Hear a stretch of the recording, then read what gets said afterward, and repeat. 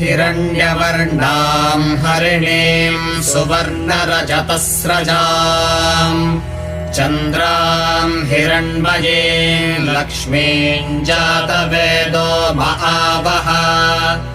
ताम् महावः जातवेदो लक्ष्मीमनपगामिनीम् यस्याम् हिरण्यम् विन्देयङ्गामश्वम् पुरुषानहम् अश्वपूर्वाम् रथमध्याम् हस्तिनादप्रबोधिनीम्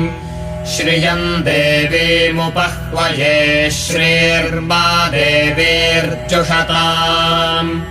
कांसोऽस्मिताम्